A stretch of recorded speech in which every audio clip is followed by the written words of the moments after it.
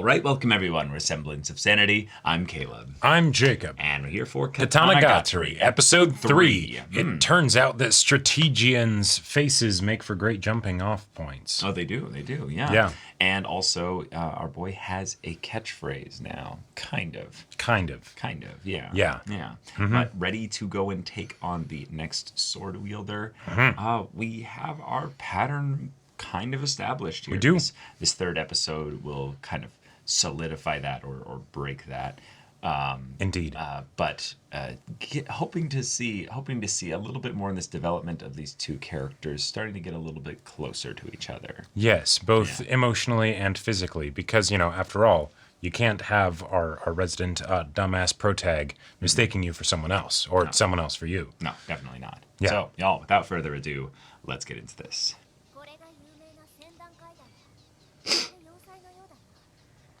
A nice big torii gate.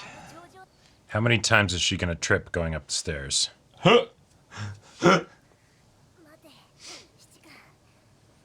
Yeah. Carry me.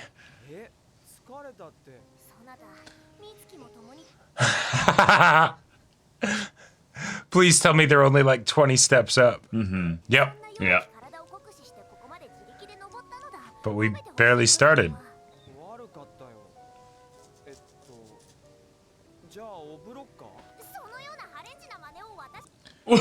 You're absolutely correct.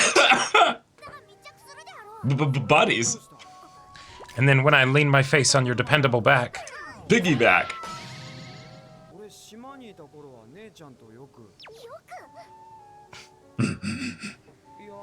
Okay, he slings you over his shoulder then. I have come up with the perfect way to do this. Yes. Yes, of course. What is it? Yes. You're playing into Way the better. romance tropes even more. Right. Wow. Yes, how slow he walks. Yes. Sure would be a shame if someone dropped you from up here. Oh my god. No way.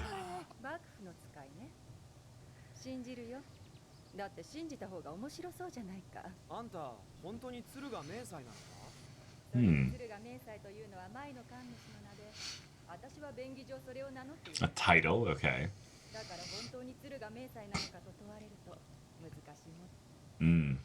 Ah, right. Naming conventions. That's what we're in for today. Okay.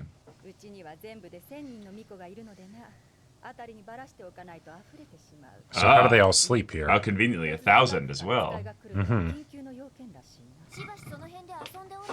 Like her kid. Yeah. Like her pet.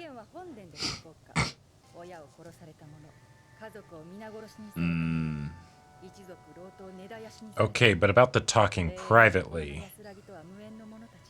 Yeah, just act like they're not even here. Yeah.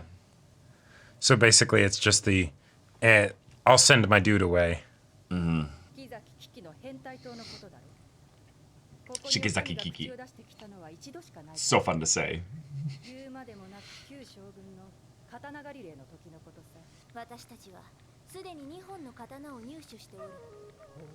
Oh, yeah.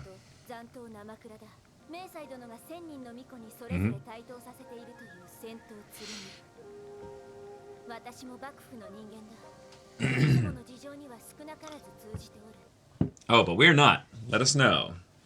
Yeah. Some kind of monsters or creatures. Maybe?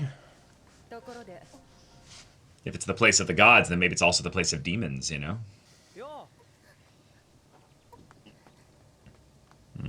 We have no individuality. Do not address us directly. Right. Ah, nice. Oh, he's the sword. Wouldn't you like to know? Yeah, yeah.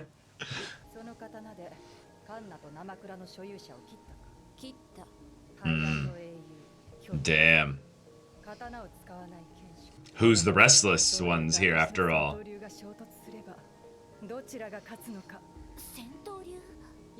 So just a battle of champions?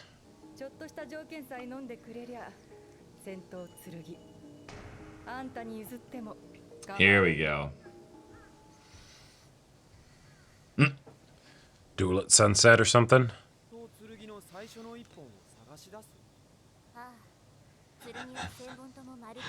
Yep. I love these little bits of continuity. It's like he's learning, and these things get incorporated exactly.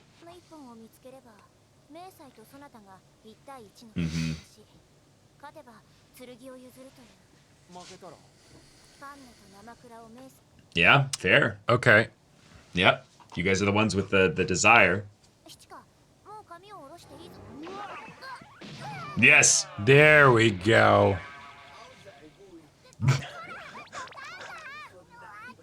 That music. Miss. No. I can't. It's not even dodging. Yeah. Oh my gosh. She is right now just flagrantly enjoying the hanky-panky with him. Indeed. Yes. We found out where he hides his sword.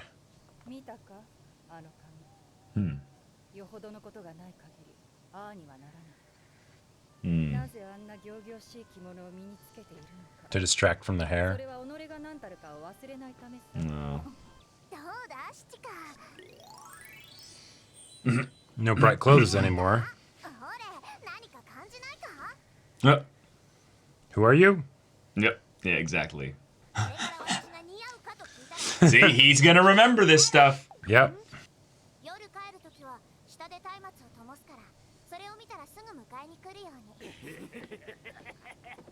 What's this memory?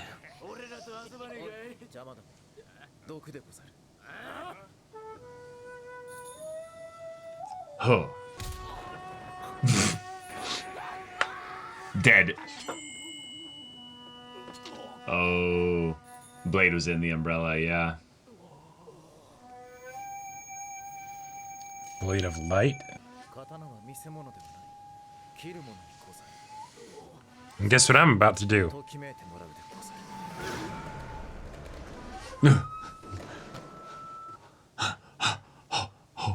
Oh, shit. Don't get the wrong idea. Didn't do this for you. They were Exactly. just noisy.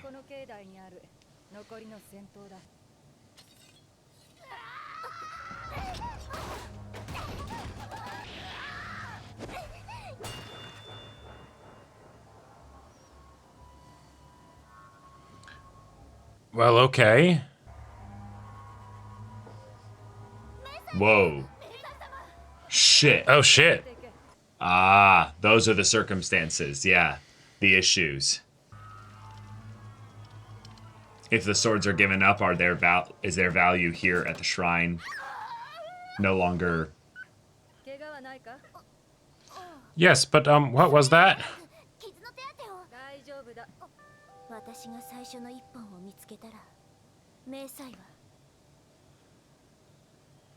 Hmm. コウモリはすでに絶刀カンナを持っていたのですが、どうなったことや気になりますね。気になりますね。気になりますね。そう思いませんか? Sir, we're just, taking the same boat as you. This guy, like, the brother of the frog guy. 嬉しいですね。期待に応えられるということは。 Yep. As a proper villain, I come in here, do something violent. Just in case And the you weren't audience sure loves that me. he was a bad guy? Yep.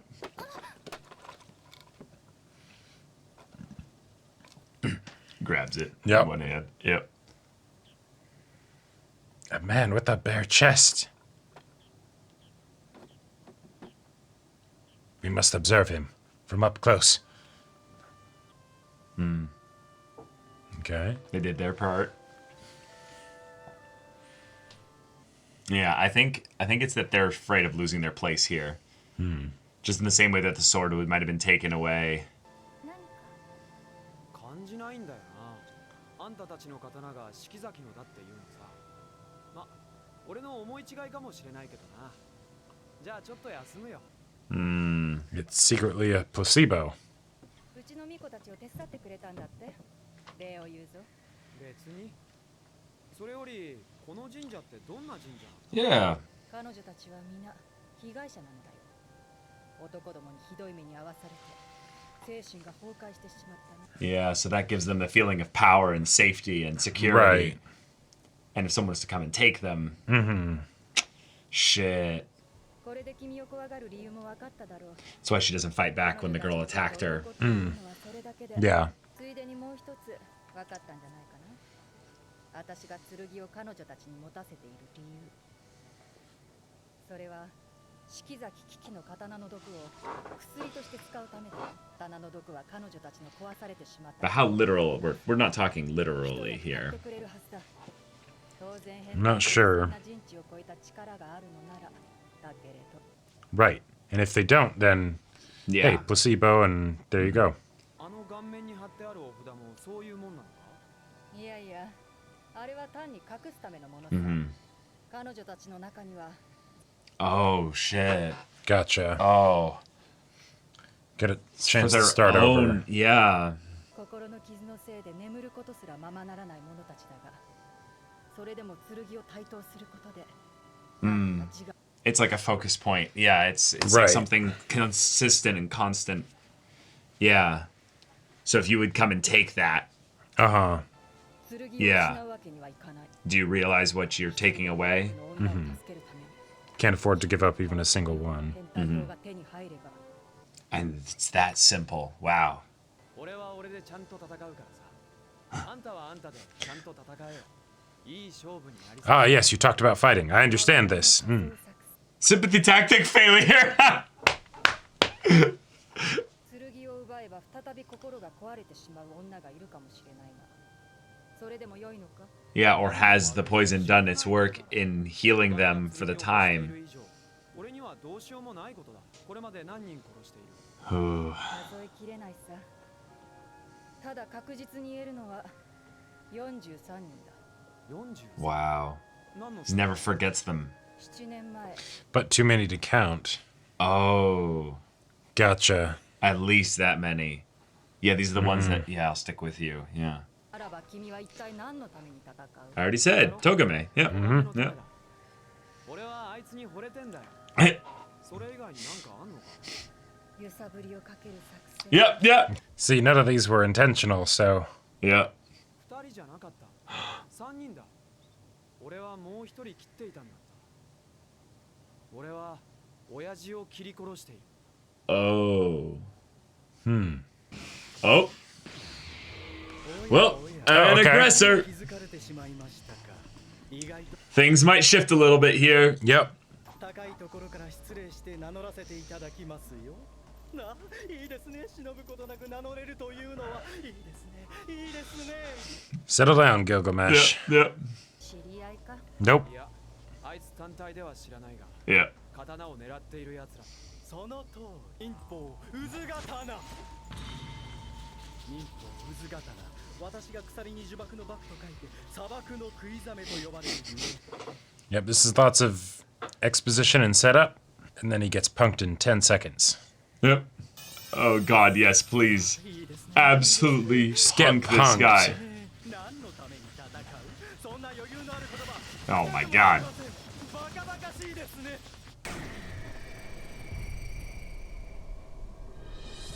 And then just a flash and he falls in half. Yep.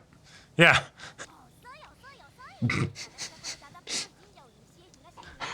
Maybe you should have come up with a better signal.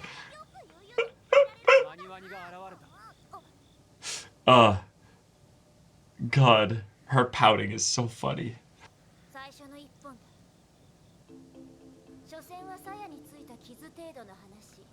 Oh my gosh. No way. Yeah, you're only taking this one, right? Hmm.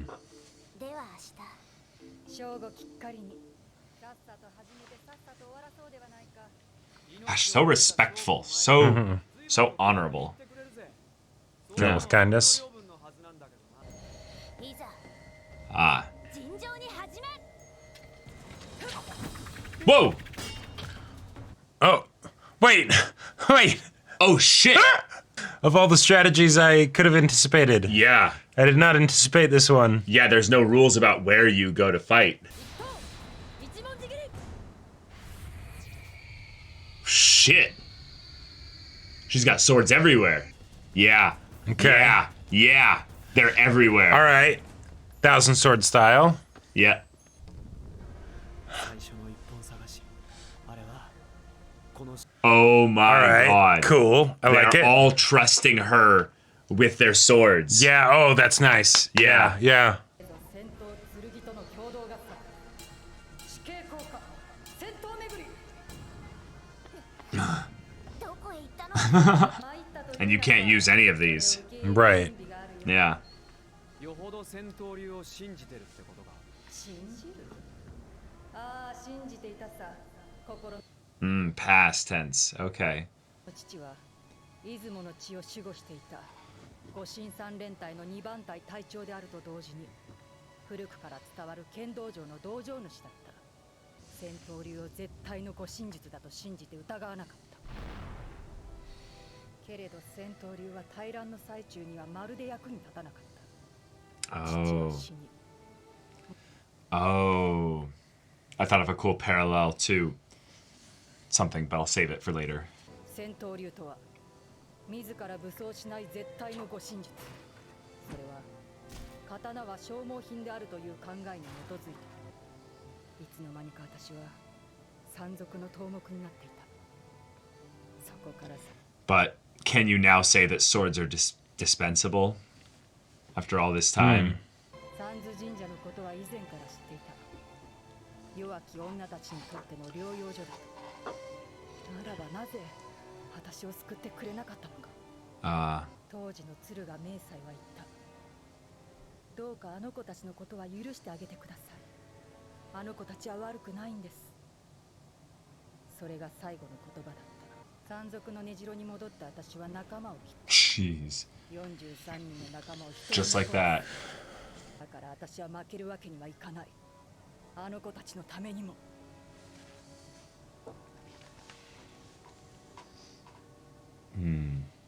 話はここまでだ俺、獣の肉を食うんだよな。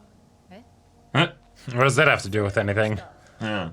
どうしても食いたい時には罠を仕掛ける。でも俺はバカだからうちのすぐそばに罠を仕掛けちゃった。それでがかかっちまってさ、巨頭流が本当に戦闘流に劣るのか試してみるんだよ。 I'm gonna use the same technique. Yeah. I'm gonna run back to your place. さすがにここには仕掛けられない。 Yeah. Ah. 俺はともかく咎めを警戒しないわけにはいかないんだな。 Wow. Okay. No, come fight over here, please. Right, right. Dang it, my trap didn't account for him deciding to move. 巫女たち全員で協力し終わりまで届けるように指示してあるなんだよそれ。その代わりと言ってはなんだが彼女たちとサンズ神社の行く末を Oh. Okay. Yeah.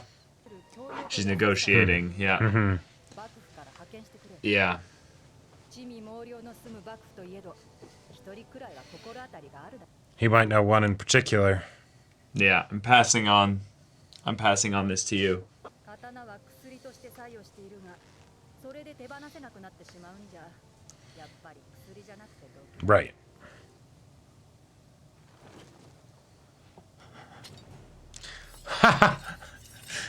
I foresaw even this.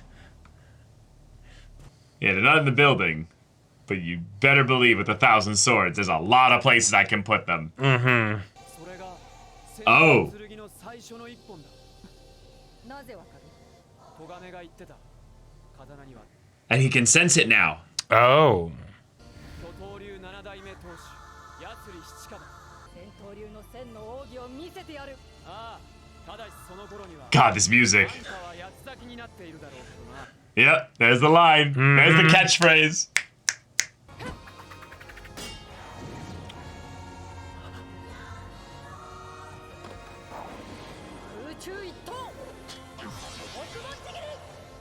Holy shit.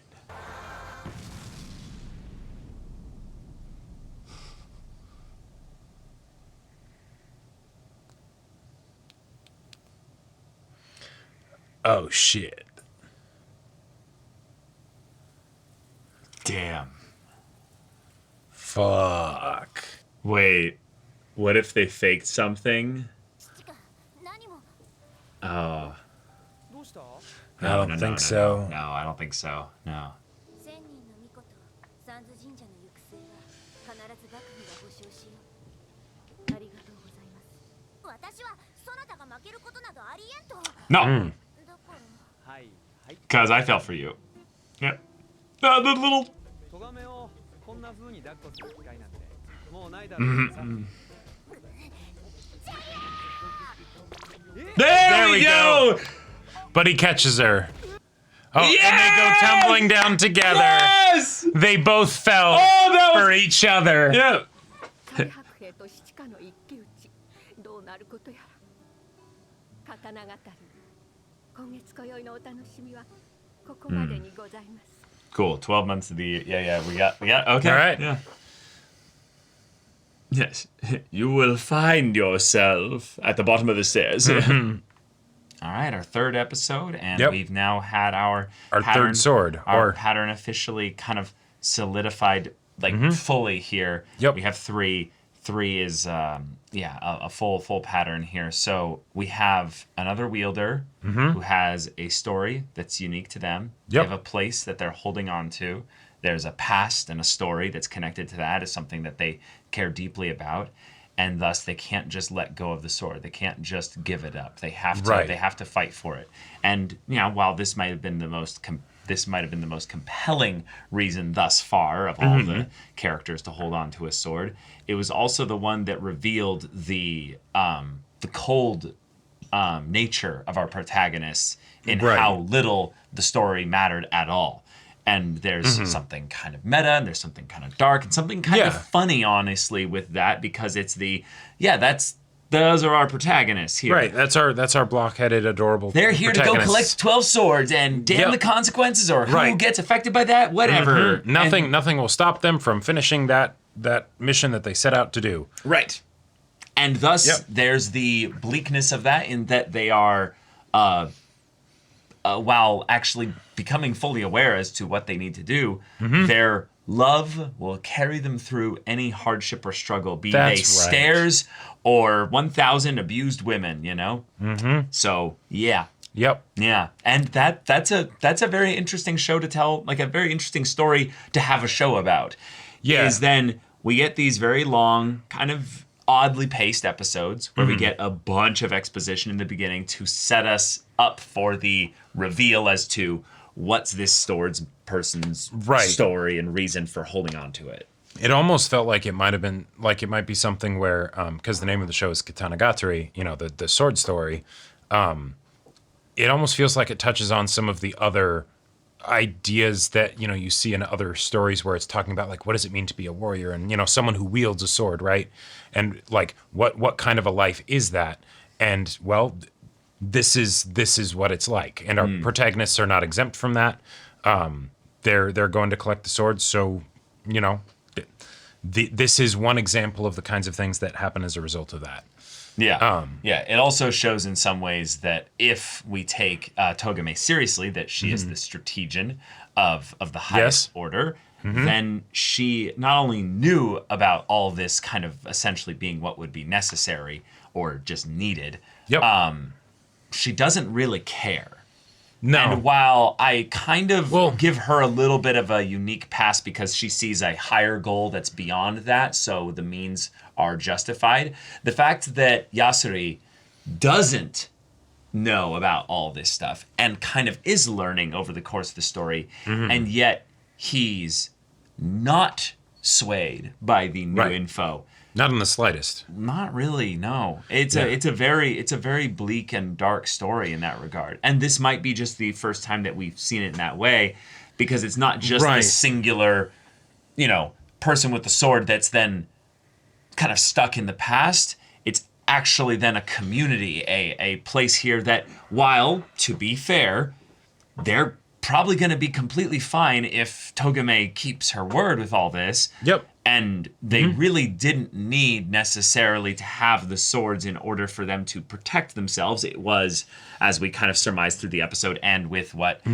Mesa was talking about. It's the feeling of knowing, okay, I have a weapon. It's the security. I'm not powerless. Yeah, exactly. It's not a magical effect necessarily, but it is something that lets them know, okay, everything's going to be all right. Right. I won't have any, ne'er-do-well men coming by to abuse me. Because there's 1,000 of us and we all have swords, you know. Right. And yet, because of not just the odd nature of Yasuri, but also just the fact that he's the first one that they've seen in a long time. Oh yeah, and then he comes in and kills the person who was protecting them. Well, before that, they were scared of him before that. It's the idea that he was just going around and doing stuff. Yep. Now, Togame tried to guide him to be like, hey, could you stay out here, of the way? You know? Right. Well, and that's one of the other things that I think is interesting about this is that Togame knows the situation, and so she tells him to stay out of the way. And yet, you know, that is an element of her basically being considerate, right? Yeah. And yet ultimately what they're doing here is upending the lives of every person here and ending the life of one particular person here. Yep. And are going to do this 9 more times. Yep. And she'll still probably try and diplomatize and do all of that stuff to you know, find some sort of peaceful or most peaceful solution in order to still get what she wants. Yep. But that will continue. Yep. It's a great kind of or maybe not even necessarily a great one, but it's an odd look at what happens when the protagonist of a typical story comes in and basically says, well, I've been given the main character mission, so everything I do is just. Well, I don't even consider whether or not it's just. I just do it, and kind of consequences be damned. And then people will come by and be like, but hero, don't you know that we need this? Right. This, it doesn't matter. Because I'm doing this for love. Right. You know. Yeah. I love that. I love that Meisai tried to do what she could to stop them, but when it came down to it, she ended up having not just swords that might have not necessarily been literally wielded by any of these specific maidens there, because she said, well, there's 50 here, and there's 1,000 swords, so there might have been others that weren't necessarily being literally wielded by one of the 50 here. No, I think it was just there were 1,000 maidens all scattered about, but there were only 50 inside the main complex. I know, that's what I'm saying, is that the swords that she had were not necessarily just 50 swords. There were more than that there. Like, how would she have access to more than 50 swords if there's only 50 maidens at the shrine? Right, yeah. I get the feeling it was the full 1,000. Yeah. But and it's this episode, on the one hand, gave me something tonally that I absolutely did not expect of the brutality of the kill at the end. And yet the show itself is so whimsical and funny that I'm not entirely sure how to take it, because like I imagine that the gallivanting that they do will continue as it has been, in future episodes. Right. And yet when it comes to like, say, rooting for their romance, or things like that, right? Like, I might not necessarily be as like invested in that happening because it's because this is also the reasoning that gave justification to a completely unnecessary murder, right? They needed to. They needed to get the sword. Right, because they need to for a reason. Yeah. No. Yeah, of course. It's no more or less necessary than any of the other murders. I mean, they killed 2 more people to get swords. No, right, but when people attack you, that's a bit of a different situation. No, I know. The other guy was just sitting in a building by himself. No, totally. That was full on just same thing. Yep. No, absolutely. Yeah. But the thing is that like there's an element of whimsy to this story where having something like in the previous episode where it's like, they go to this guy that isn't really, hurting anybody or anything like that. And then it's okay, we're going to fight. All right, cool. Yeah.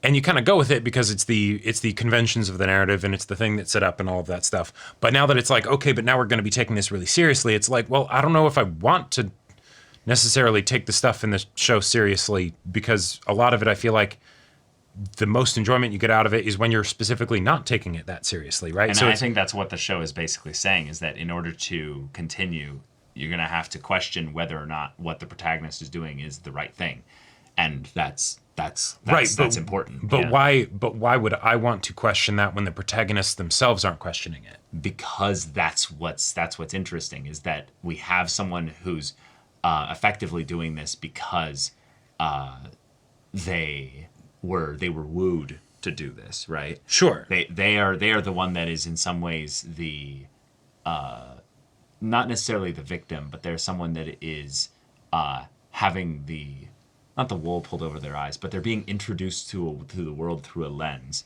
And thus everything that Togame does is kind of shaping his view of the world, basically. Sure, absolutely. So as he does this, he's going to learn things from this. And I think part of the charm of it will be that while he takes pretty much everything she says with like stark, like, yes, I will do the things that you say exactly. Right. There's going to be a point where she's going to doubt herself through this because of the process, and he will then, by that osmosis, then also be introduced to the doubt as well. Yeah. And that'll create some cool moments for them to bond and through that. I would love to see that. I just don't see any signs of it so far with her. Well, I think it's because it literally was just introduced here, but I think that's why the episode focused a little bit on what she's experienced, and the focus on her hair, the focus on her bright clothes. This is all coming from a very particular place, a very particular place for her well. That we haven't fully explored yet. Yeah. Yeah. And she recognized that because she saw something in Togame that she's like, I see what's going on here. So that's foreshadowing for us as the audience to then go, hey, Togame has a lot more layers as a character that we haven't gone into yet. And we're seeing her primarily through the lens of Yasuri, who's being wooed by her and her whimsy and her silliness, if you will. Sure. As the story takes things in a more serious turn. And again, this is the first time that we've taken things in this hard and dark of a way. Yes. So the next episode, the next couple episodes will definitely show which way they want to trend confirm. It. Yeah, how it's actually going to be taken. Yeah. But all right, yeah. That's a rough end. Yes. For an episode. Yes. Very, very, very painfully bleak. Mm-hmm. Yeah, a bit of a downer. Yeah. But y'all, thank you so much for watching this episode's reaction and discussion. If you want to see the next episode's reaction and discussion right now, though, go check out the link in the description below for our Patreon. You get an early access there. You can watch full-length timer reactions there, and all this comes with Discord access, so you can chat with us in the community there about this show, about anime in general, and also be sure to check out my Persona 5 Roll Let's Play on Twitch right now. Yeah, if any of that interests you, we'll see you there. But until then, we're Semblance of Sanity. I'm Caleb. I'm Jacob. And we'll see you all next time.